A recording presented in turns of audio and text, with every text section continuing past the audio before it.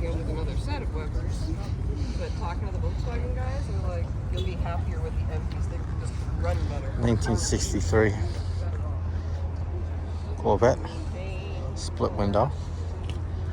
I followed him into the car show today. He was right in front of me for like maybe 5 miles. You don't see many of these. Say he's got a little problem with the vacuum on that, with the headlights being up like that. I don't know, it could just be the way that it is.